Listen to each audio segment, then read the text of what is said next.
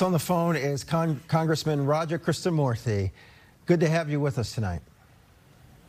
Thank you so much for having me on this just horrifying night. We're all glad and relieved that Donald Trump is safe, and it's just another reminder that political violence has absolutely no place in this country.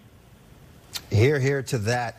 President Biden spoke with a former president tonight. No details were offered about their conversation, but what do you hope the message was? I think the message probably was, and I hope it was, first of all, that we are relieved that he is safe, that we need to open an investigation to exactly what happened. This was an assassination attempt on Donald Trump, and unfortunately, it is something that we have to get to the bottom of right away to prevent it from happening again. How do you think it'll change the rest of the campaigning for both sides, Democrat and Republican? I think it really highlights the fact that, unfortunately, political violence is on the rise in this country. You know, there's a political scientist at the University of Chicago named Robert Pape, and he's done a lot of work on this particular issue. And he has shown through his surveys and research that, unfortunately, a minority, but a determined minority of people in this country believe that a use of force is justified to effectuate their political ends on both the far left and the far right. And I think that this is something that we have to take stock of.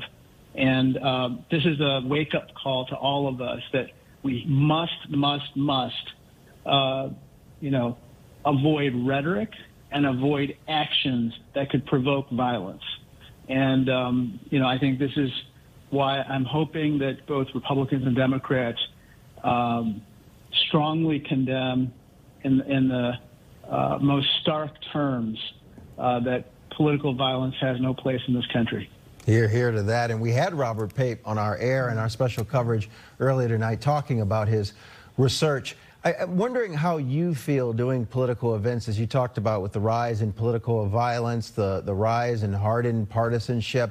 Do you ever fear, are you ever fearful when you're out in the public?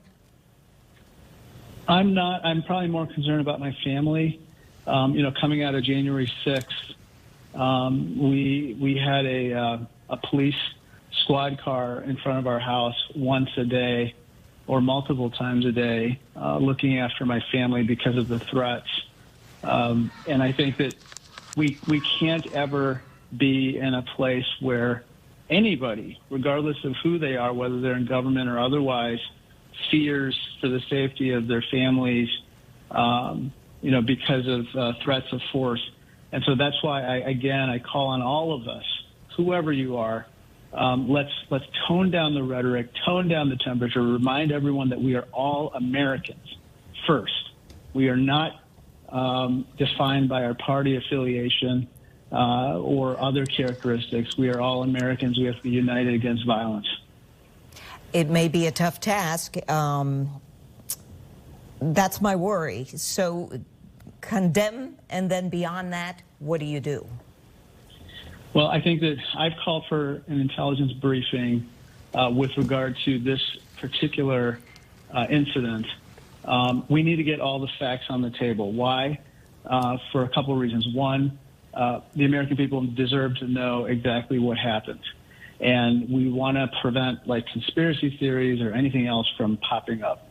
Two, we need to, assess exactly, who was behind this.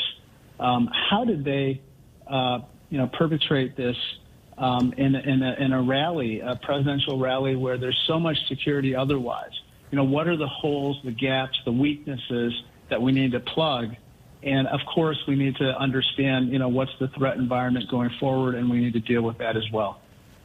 Congressman Roger Krishnamoorthi, we appreciate you calling in tonight. Thank you so much. Yes, sir. Thank you so much.